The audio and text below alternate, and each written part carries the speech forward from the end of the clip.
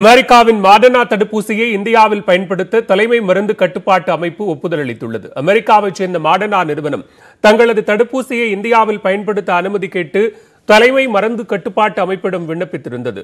மாடர்னா தடுப்பூசிக்கு அவசர கால பயன்பாட்டுக்கு ஒப்புதல் அளிக்கப்பட்டுள்ளது. இந்த தடுப்பூசியை சிப்லா மருந்து தயாரிப்பு நிறுவனம் இறக்குமதி செய்து விநியோகிக்க உள்ளது. கொரோனாவுக்கு எதிராக 90% அளவுக்கு மாடர்னா தடுப்பூசி பலனளிக்கும் என்று கூறப்படுகிறது. இந்நிலையில் டெல்லியில் செய்தியாளர்களிடம் பேசிய நிதி ஆயோக்கின் சுகாதார பிரிவு உறுப்பினர் வி.கே. பால், வெளிநாட்டிலேயே உற்பத்தி செய்யப்படும் முதலாவது தடுப்பூசியான மாடர்னா 2 டோஸ்கள் போடப்படும் என்றும், கோவாக்சின், கோவிஷீல்டு, ஸ்புட்னிக் வி, மாடர்னா ஆகிய 4 தடுப்பூசிகளும் பாலூட்டும் தாய்மார்களுக்கு பாதுகாப்பானது என்றும் கூறினார். கர்ப்பிணிகளுக்கு தடுப்பூசி போடுவதற்கான வழிகாட்டு நெறிமுறைகள் விரைவில் வெளியிடப்படும் என்றும் அவர் கூறினார். ஃபைசர் தடுப்பூசியை இந்தியாவில் பயன்படுத்துவதற்கான நடவடிக்கையும் மேற்கொள்ளப்பட்டு வருவதாக வி.கே. பால் குறிப்பிட்டார்.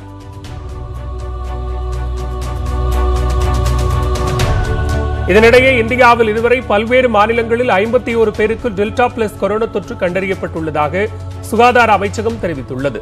நாடு முழுவதும் 163 நாட்களில் 32 கோடி டோஸ் தடுப்பூசி செலுத்தப்பட்டுள்ளதாகவும், இந்த இலக்கை எட்டுவதற்கு அமெரிக்கா 193 நாட்களை எடுத்துக் கொண்டதாகவும் சுகாதார அமைச்சகம் விளக்கம் அளித்துள்ளது. இதனிடையே ஜான்சன் அண்ட் ஜான்சன் நிறுவனத்தின் தடுப்பூசியை இந்தியாவில் பயன்படுத்துவது தொடர்பாக மத்திய அரசுடன் பேச்சுவார்த்தை நடத்தி வருவதாக அந்நிறுவனம் தெரிவித்துள்ளது. தடுப்பூசிக்கான ஆய்வக பரிசோதனை தேவை இல்லை என தலைமை மருந்து கட்டுப்பாட்டு அமைப்பு தெரிவித்துள்ளதாக ஜான்சன் அண்ட் ஜான்சன் நிறுவனம் தெரிவித்துள்ளது.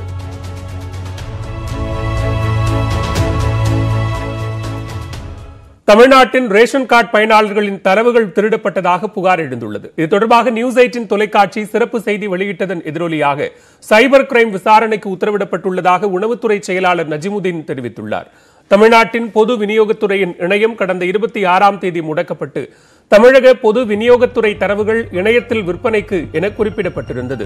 வியட்நாமைச் சேர்ந்த கும்பல் இணையத்தை முடக்கி இருக்கலாம் என்று சந்தேகிக்கப்படுகிறது. மேலும் இணையத்தை ஹேக் செய்த கும்பல் 1945 VM என்ற முத்திரையை விட்டுச் சென்றதாக குற்றம் சாட்டப்பட்டுள்ளது. இது தொடர்பாக மும்பையைச் சேர்ந்த சேவ் தம் இந்தியா பவுண்டேஷன் அமைப்பு சிவில் சிஐடி போலீசில் புகார் அளித்துள்ளது. பயனாளர்களின் ஆதார் அட்டை விவரங்கள், செல்போன் எண்கள், முகவரிகள் இணையத்தில் பகிரப்பட்டுள்ளதாகவும் ஆதாரத்துடன் புகார் அளிக்கப்பட்டுள்ளது. முடக்கப்பட்டதாக கூறப்படும் சர்வரில் 2,60,00,000 ரேஷன் கார்டுகளின் தரவுகள் பதிவு செய்யப்பட்டுள்ள நிலையில் ஆதார் அட்டை பயனீட்டாளர்களின் கைரேகைகள் திருடப்பட்டிருக்கலாம் என்றும் அச்சம் எழுந்துள்ளது. தரவுகளை சேகரிக்கும் தனியார் நிறுவனங்களின் இணையத்தை ஹேக் செய்து ஹேக்கர்கள் திருடினார்களா என்பது குறித்து உரிய விசாரணை நடத்தப்பட வேண்டும் என்ற கோரிக்கை எழுந்துள்ளது. கவர்மெண்ட் சர்வர்ல இருந்து தான் போச்சா, அப்படி இல்லைன்னா பிகாஸ் கவர்மெண்ட் இந்த சோர்ஸ் எல்லாம் கலெக்ட் பண்றதுக்கு நிறைய டெண்டர் விட்டு தான் இதுக்கு முன்னாடி எல்லாம் கலெக்ட் பண்ணிட்டு இருந்தாங்க. இந்த இன்ஃபர்மேஷன்ஸ் எல்லாத்தையும் டெண்டர் கொடுத்து அது நிறைய கம்பெனிஸ் டெண்டர் எடுத்து அவங்க தான் அந்த இன்ஃபர்மேஷனை கேதர் பண்ணி கவர்மெண்ட் கிட்ட கொடுத்தாங்க. ஸோ அப்போ அந்த மாதிரி ஏதாவது ஒரு கம்பெனி இந்த டேட்டாவோட காப்பி ரீடைன் பண்ணியிருந்து அவங்க கம்பெனி சர்வரை ஆக்சஸ் பண்ணி கிரிமினல்ஸ் எடுத்தாங்களா, இல்ல கவர்மெண்டோட சர்வரை ஆக்சஸ் பண்ணி கிரிமினல்ஸ் எடுத்தாங்களா அப்படின்றத முதல்ல பார்க்கணும். அது தெரிஞ்சாதான் இது கவர்மெண்ட் சர்வர் ஹேக் ஆயிருக்கா இல்ல பிரைவேட் ஆளுங்க கிட்ட இருந்து போயிருக்கா அப்படின்றது தெரியும். இது தொடர்பாக நியூஸ் 18 தொலைக்காட்சி சிறப்பு செய்தி வெளியிட்டது. இந்நிலையில் தரவு திருட்டு குறித்து யாரும் அச்சப்பட தேவையில்லை என்றும், ரேஷன் அட்டை பயனாளர்களின் தரவுகள் பத்திரமாக உள்ளதாகவும் உணவுத்துறை செயலாளர் நஜிமுதீன் தெரிவித்துள்ளார். தரவு திருட்டு விவகாரம் குறித்து சைபர் கிரைம் விசாரணைக்கு உத்தரவிடப்பட்டுள்ளதாகவும், தனிப்படை அமைக்கப்பட்டு விசாரணை துரிதப்படுத்தப்படும் என்றும் நஜிமுதீன் கூறியுள்ளார். கொரோனா 3வது அலை தொடர்பான முன்னேற்பாடு நடவடிக்கைகளை மேற்கொள்வதற்காக 100 கோடி ரூபாய் ஒதுக்கீடு செய்து முதலமைச்சர் மு.க. ஸ்டாலின் உத்தரவிட்டுள்ளார். இது தொடர்பாக அரசு வெளியிட்டுள்ள செய்திக்குறிப்பில், முதலமைச்சர் பொது நிவாரண நிதிக்கு இதுவரை 353 கோடி ரூபாய் நன்கொடை பெறப்பட்டுள்ளதாகவும், இந்த நிதி கொரோனா நிவாரணப் பணிகளுக்கு மட்டுமே பயன்படுத்தப்பட்டு வருவதாகவும் தெரிவிக்கப்பட்டுள்ளது. சிங்கப்பூர் உள்ளிட்ட வெளிநாடுகளிலிருந்து ஆக்சிஜன் சிலிண்டர்கள், ஆக்சிஜன் செறிவூட்டிகள் மற்றும் இதர மருத்துவ கருவிகளை வாங்குவதற்கு 41 கோடியே 40 லட்சம் ரூபாயும், கரும்பூஞ்சை நோய் சிகிச்சைக்கு தேவைப்படும் உயிர்காக்கும் மருந்துகளை வாங்க 25 கோடி ரூபாயும் முதலமைச்சர் பொது நிவாரண நிதியிலிருந்து ஒதுக்கீடு செய்யப்பட்டதாகவும் தெரிவிக்கப்பட்டுள்ளது. இந்நிலையில் அரசு மருத்துவமனைகளுக்கு தேவைப்படும் திரவ மருத்துவ ஆக்சிஜன் வாங்குவதற்காகவும் 3ஆம் அலை முன்னேற்பாடு நடவடிக்கைகளை மேற்கொள்வதற்காகவும் 100 கோடி ரூபாயை முதலமைச்சர் ஸ்டாலின் ஒதுக்கீடு செய்துள்ளதாக செய்திக்குறிப்பில் தெரிவிக்கப்பட்டுள்ளது.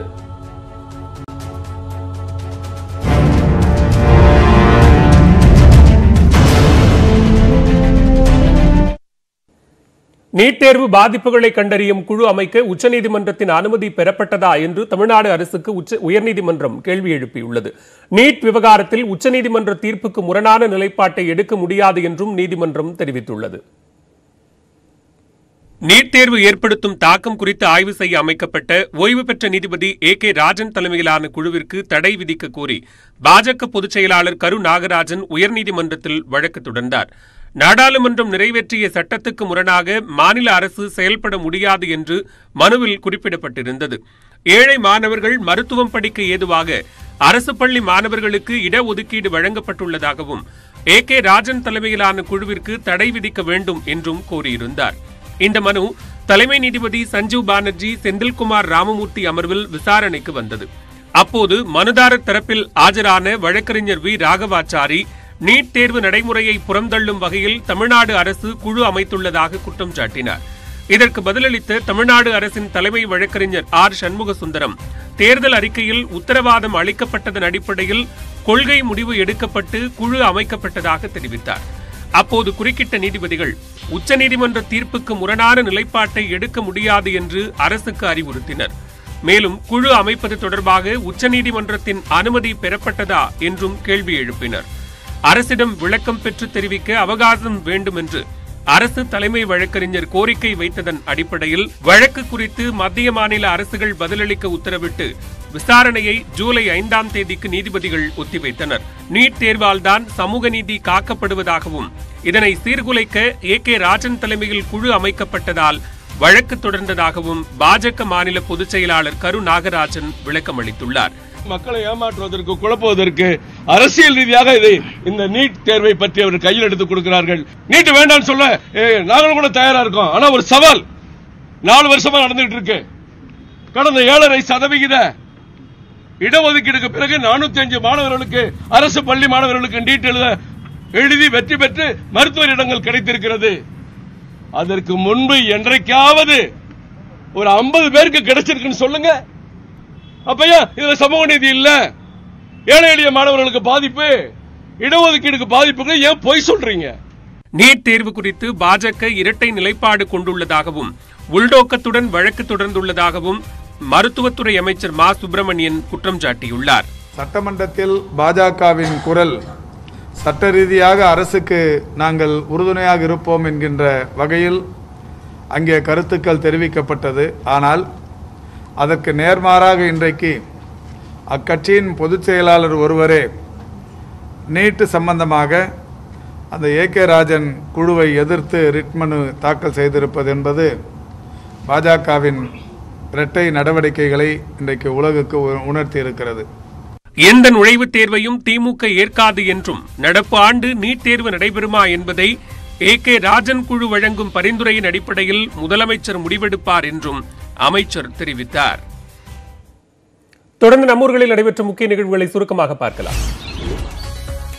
சட்டமன்றத்தில் ஜெய்ஹிந்த் முழக்கத்தை திருச்செங்கோடு சட்டமன்ற உறுப்பினர் ஈஸ்வரன் அவமதித்ததாக கூறி நாமக்கல்லில் பாஜக சார்பில் ஆர்ப்பாட்டம் நடைபெற்றது. மாவட்ட தலைவர் சத்தியமூர்த்தி தலைமையில் அண்ணா சிலை எதிரில் நடைபெற்ற ஆர்ப்பாட்டத்தில் 200க்கும் மேற்பட்டவர்கள் பங்கேற்றனர். அப்போது ஈஸ்வரனை கண்டித்து முழக்கங்கள் எழுப்பப்பட்டன.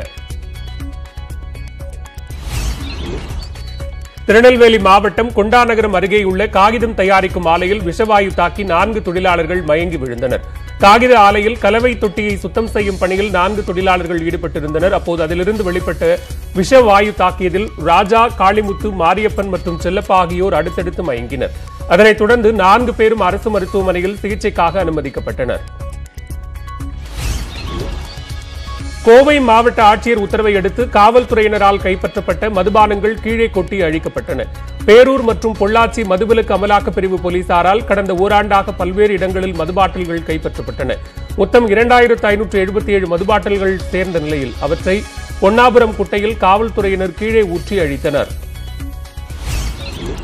தேனி மாவட்டம் ஆண்டிப்பட்டியில் உள்ள சமத்துவபுரங்களை ஆட்சியர் முரளிதரன் ஆய்வு செய்தார். திமுக ஆட்சி காலத்தில் செயல்படுத்தப்பட்ட சமத்துவபுரங்கள் சீரமைக்கப்படும் என்று முதலமைச்சர் அறிவித்தார். இதன்படி தேனி மாவட்டம் பிச்சம்பட்டி, தேக்கம்பட்டி கிராமங்களில் உள்ள சமத்துவபுரங்களுக்கு சென்ற ஆட்சியர் அங்கு சீரமைப்பு பணிகளை ஆய்வு செய்து மக்களின் குறைகளை கேட்டறிந்தார். காரைக்குடி அருகே சாக்கோட்டையில் மஞ்சுவிரட்டில் பங்கேற்க வந்தவர்களை போலீசார் கைது செய்தனர். அங்குள்ள அம்மன் கோவிலில் ஆண்டுதோறும் ஆனி திருவிழாவின் போது மஞ்சுவிரட்டு நடைபெறும். தற்போது கொரோனாவால் போட்டி நடத்த அனுமதி வழங்கப்படாததால் சிலர் இணையத்தில் மஞ்சுவிரட்டு நடைபெறும் என்று விளம்பரம் செய்துள்ளனர். இதனையடுத்து மஞ்சுவிரட்டில் பங்கேற்க சிவகங்கையிலிருந்து 2 காளையுடன் வந்தவர்களை போலீசார் கைது செய்தனர். சிவகங்கையில் அமைச்சர் பெரிய கருப்பன் பங்கேற்ற விழாவில் தனிமனித இடைவெளி இல்லாமல் ஏராளமானோர் குவிந்தனர். சிவகங்கையில் புதிய கூட்ட அரங்க திறப்பு விழா நடைபெற்றது. இதில் அமைச்சர் பெரிய கருப்பன் பங்கேற்றார். அவர் மேடைக்கு வரும்போது தனிமனித இடைவெளி இல்லாமல் 100க்கும் மேற்பட்டோர் அவரை சூழ்ந்து புகைப்படம் எடுக்க முண்டியடித்தனர். இதனால் கொரோனா பரவும் அபாயம் ஏற்பட்டது. அரூர் வேளாண்மை உற்பத்தியாளர்கள் கூட்டுறவு விற்பனை சங்கத்தில் பருத்தி விற்பனை அதிகரித்துள்ளது. இங்கு இந்த வாரம் நடந்த பருத்தி ஏலத்தில் அரூர், கடத்தூர், பொம்மிடி, கம்பைநல்லூர், கோட்டப்பட்டி உள்ளிட்ட பல்வேறு பகுதிகளிலிருந்து வந்த 240 விவசாயிகள் கலந்து கொண்டனர். 2000 பருத்தி மூட்டைகள் 60 லட்சம் ரூபாய்க்கு ஏலம் விடப்பட்டன.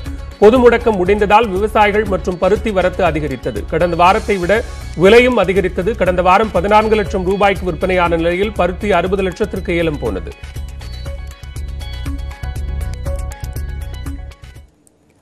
சட்டப்பேரவை உரையில் ஜெய்ஹிந்த் என்ற வார்த்தையை ஆளுநர் கூறாதது தவறுதலாக நடந்த ஒன்று என தான் நினைப்பதாகவும், இதுகுறித்து கொங்கு ஈஸ்வரன் பேசியதை அவை குறிப்பிலிருந்து நீக்க வலியுறுத்த உள்ளதாகவும் தமிழ்நாடு காங்கிரஸ் கமிட்டி தலைவர் KS அழகிரி கூறியுள்ளார்.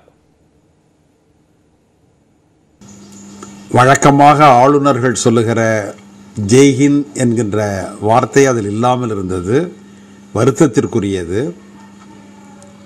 இதுவரை காங்கிரஸ் காலத்திலிருந்து, திராவிட முன்னேற்ற கழக காலத்திலிருந்து, அதிமுக காலத்திலிருந்து எப்பொழுதுமே ஜெய்ஹிந்த் என்கின்ற வார்த்தை ஆளுநர்கள் பதிவு செய்வார்கள். இந்த முறை ஆளுநர் ஏன் அதை தவறவிட்டார் என்பது தெரியவில்லை. அவருடைய கவனத்திற்கு வரவில்லையா என்பது தெரியவில்லை. என்னுடைய கருத்து என்பது அது தவறவிட்டிருக்கிறார்கள் என்பதுதான் என்னுடைய கருத்து. ஆனால் சட்டமன்றத்தில் அதன் பிறகு பேசிய ஒரு உறுப்பினர் ஜெய்ஹிந்த் என்கின்ற வார்த்தையை சொல்லாத காரணத்தினால் நாம் தலை நிமிர்ந்து நிற்கிறோம் என்கின்ற பொருள்படும்படி பேசியிருக்கிறார். அது முற்றிலும் தவறானது. ஒரு நல்ல சூழ்நிலையை சீர்குலைக்கிற ஒரு முயற்சி. கவனத்தை கவர வேண்டும் என்பதற்காக அவர் அப்படி பேசியிருக்கலாம். ஆனால் அது ஏற்புடைய ஒரு பேச்சாக நான் கருதவில்லை. அதை அவர் தவிர்த்திருக்கலாம். எங்களுடைய சட்டப்பேரவை தலைவர் செல்வப்பெருந்தகை அவர்கள் அவருடைய உரையை சட்டப்பேரவை பதிவுகளிலிருந்து எடுக்க வேண்டும் என்று கோரிக்கை வைத்து பேரவைத் தலைவரை சந்திக்கவும் இருக்கிறார். எனவே இதை போன்ற தவறுகளை, இதை போன்ற செயல்களை வருங்காலத்தில் சட்டமன்றத்தில் நிகழாமல் பார்த்து கொள்ள வேண்டியது நம் அனைவருடைய கடமையாகும். ஜெய்ஹிந்த் என்பதனுடைய பொருள் வெல்க இந்தியா என்பதுதான். இந்தியா வெல்ல வேண்டும் என்று சொல்வதில் என்ன தவறு இருக்கிறது? எந்த தவறும் இல்லை. எனவே அந்த வார்த்தையை தவிர்த்திருக்கக்கூடாது. தவறுதலாக தவிர்த்து விட்டார்கள் என்பது என்னுடைய கருத்து. வருங்காலத்தில் அந்த தவறு நடக்காது என்று நான் கருதுகிறேன். கடலூரில் யூடியூப் பார்த்து நாட்டு துப்பாக்கி தயாரித்த 2 போலீசார் கைது செய்துள்ளனர். கடலூர் மாவட்டம் குள்ளஞ்சாவடி காவல்துறையினர் அங்குள்ள பெருமாள் ஏரிக்கரையில் ரோந்து பணியில் ஈடுபட்டுள்ளனர். அப்போது சந்தேகத்திற்கிடமாக சுற்றித் திரிந்த 2 பிடித்த போலீசார் அவர்களிடமிருந்து 2 நாட்டு துப்பாக்கிகளை கைப்பற்றினர். விசாரணையில் அவர்கள் பெரியகாட்டு சாகை பகுதியைச் சேர்ந்த 28 வயதான விஜய் மற்றும் 21 வயதான கவியரசன் என்பது தெரியவந்துள்ளது. ஏரிக்கரையில் முயல் உள்ளிட்ட விலங்குகளை வேட்டையாட இளைஞர்கள் யூடியூப் பார்த்து நாட்டு துப்பாக்கிகளை தயாரித்ததாக ஒப்புக்கொண்டனர். அவர்களிடமிருந்து 2 நாட்டு துப்பாக்கிகள் மற்றும் துப்பாக்கி தயாரிக்க பயன்படுத்தப்பட்ட பொருட்களை போலீசார் பறிமுதல் செய்தனர். இந்தியா முழுவதும் கொரோனா பாதிக்கப்பட்ட மாவட்டங்களில் நியூஸ் 18 பெடரல் வங்கியின் சஞ்சீவனி வாகனம் சுற்றி வருகிறது. தடுப்பூசி போடப்பட வேண்டியதன் முக்கியத்துவம் குறித்த விழிப்புணர்வை ஏற்படுத்தி வருகிறது. அந்த வகையில் சஞ்சீவனி வாகனம் இன்று எங்கே பயணிக்கிறது என்பதை பார்க்கலாம்.